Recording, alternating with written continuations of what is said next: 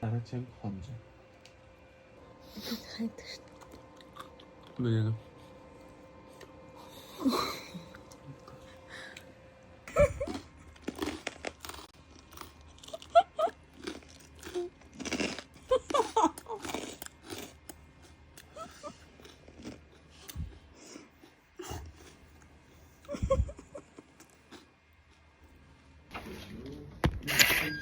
За тийм их нэг 10 минут. За өдрийн цагаар гараад алхлаа. Би чи 9 сарын 1-нд гэрээсээ өдөр гарсан шүү дээ. Одоо 9 сарын өнөөдөр чинь 5 билүү? 5-нд гарч байна. Ядаж 4 хоногт нэг өдөрт гараад байвал гоё юм байна. Би нэг кофе шоп ороод тэгээд тулгаад нэг кофе аваад. Бас өөртөө нэг дикаф аваад. Ой. Энэ ингээд нэг амар үнэтэй машиныг ингээд 5 хүн ашиглаж шүү дээ. 5 талаас нь.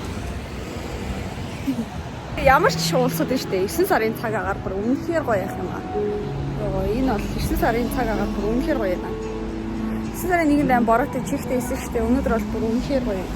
Тэгээд юу яасаа би өнөө өглөө санаа зовоод манай охин ингээ хүндрэхгүй байгаа. Тэгээд би шууд ингээд нөгөө арын лөө бичээд манай хэмжээс асууад байгаа. Манай охин ингээ 2 хоног хүндэрсэнгүй гэцгсэж юм чин шууд хариу өгөөд оо баса хураах цаг болсон. Одоо ингээ баса хурааж байгаа шүү. Don't worry гэлтгсэн. Тэгэл бүр амар онгож монгохгүй бүр ингээл төвчөрсөн бол асуудал юм лээ штэ тэгсэн чинь хүн бол онгож хэрхэх нь сайн байгаа. Тэгтээ баса хураачт юм штэ тий. Тэгээд бас хураалаа. Starbucks руу орё.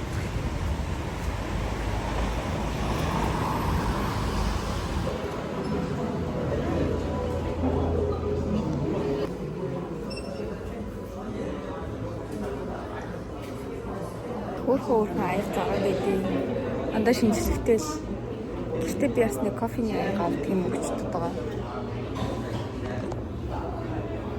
Энэ стопор хэр. Гитсээ харуулна.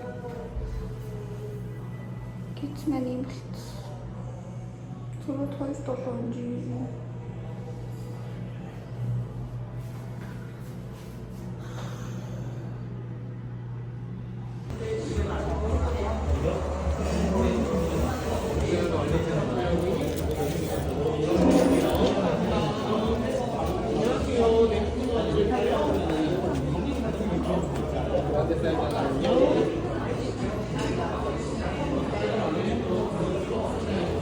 Энэ хөөрхөн Starbucks байна.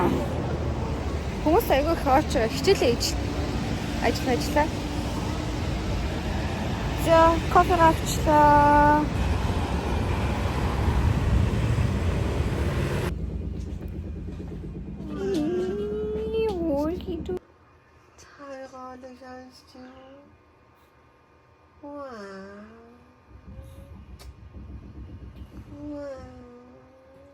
Энэ өөр халуун байна уу?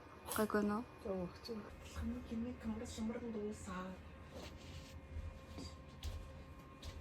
Би өчигдөр нөгөө cluster feeding гэдэг талаар ярьсан шүү дээ.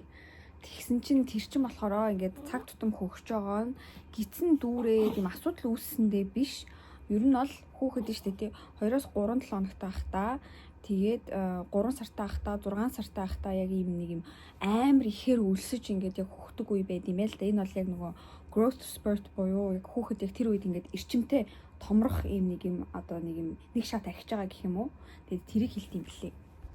За тэгээд тэр cluster feeding нь болохоор 2-3 хоногтойд 6-7 хоногтойд за тэгээд 3 сартайд 6 сартайд яг тохиолдд юм байна. Тэгээ хүмүүс болохоор ингээд нөгөө цаг тутам хөхөд байвал хүүхэд нь ингээ өвдсөн болов асуудал үүссэн болов гэж гайхчихж магадгүй. Яг 2-3 хоногтод бол яг угсаа тэгдэм байна уу. Тэгээд санаа зовлтгүй юм биш үү.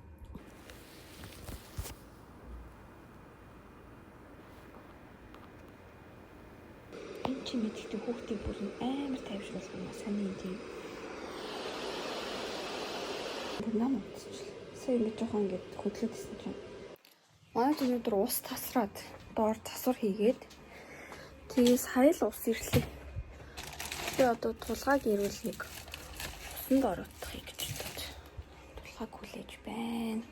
За чинь тэр гараа ирсэн. За охиноо жоохон цээжин дээр хөвтүүлээд. Би яг ингээд юу яж чадахгүй заяа. Яг ингээд пад гэдэг яг ингээд тулгаан шиг ингээд хөрүүлж чадахгүй. Тэгээд байгаа.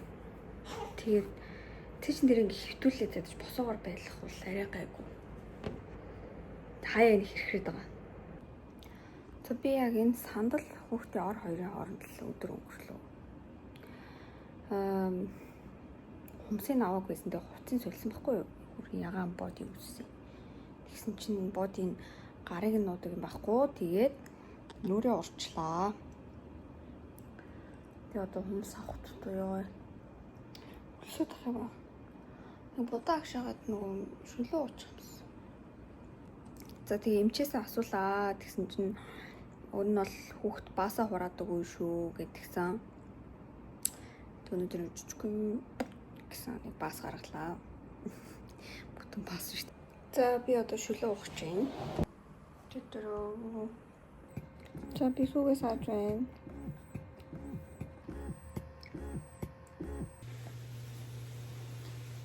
Хумс авалтын ажил хийж байна.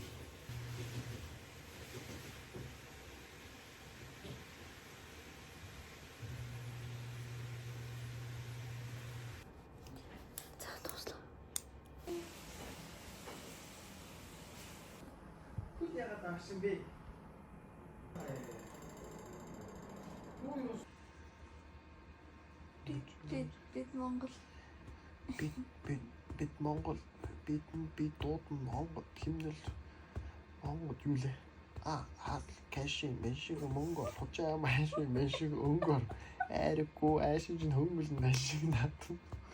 Миний өгшин юу мэдэрч тэ тэнгэрээс ирсэн гэрчим талт руу өндрөөс мэндэ хэрчим гэдэг. Оо сэржим. Купанс хэлсэн ирсэн.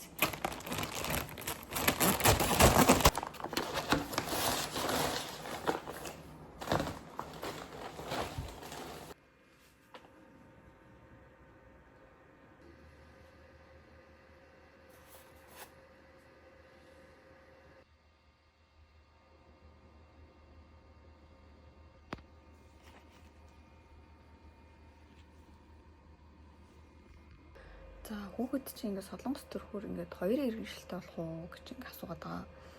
Үгүй солонгост тийм хууль байхгүй. Хүүхэд төрх юм бол тэр хүүхэд чинь тэр улсынхаа л иргэн болно. Монгол иргэн л болно гэсэн үг.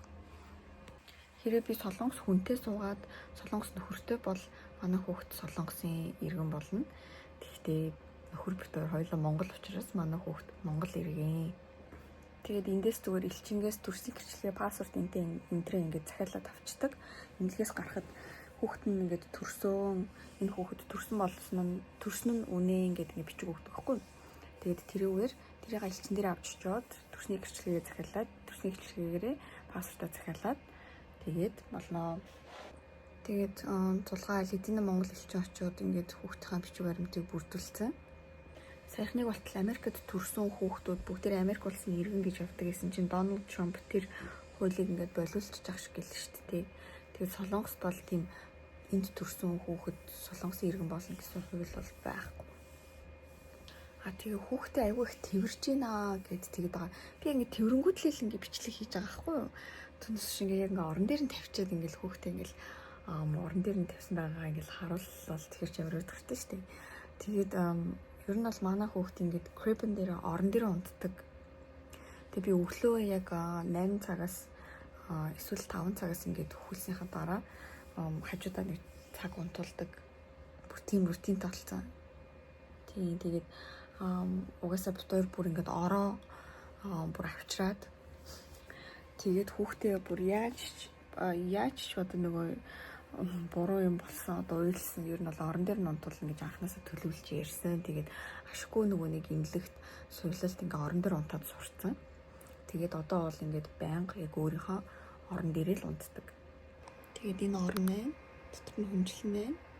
Тэгээд энэ орыг болохоор одоо том болох юм бол энийг ингээ буулгаад энэ доошоо авчиад тэг бүр юм том одоо бүр ор болгочих болно. Тэгээд ер нь нэлээд одоо ашиглана л гэсэн үг. Одоо беби яхтай бол энэ дээр байгаа. Хүүхдээ ягаад ингэ тусдаа унтуулаад ингэ сурах гэж байгаа вэ гэхлээр штэ зүгээр л одоо нөгөө нэг бас эрсдлийг тооцоод дээрэс нь ер нь бол эмнэлэгт ингээд сурцсан болохоор бас ингээд амарлаа л та.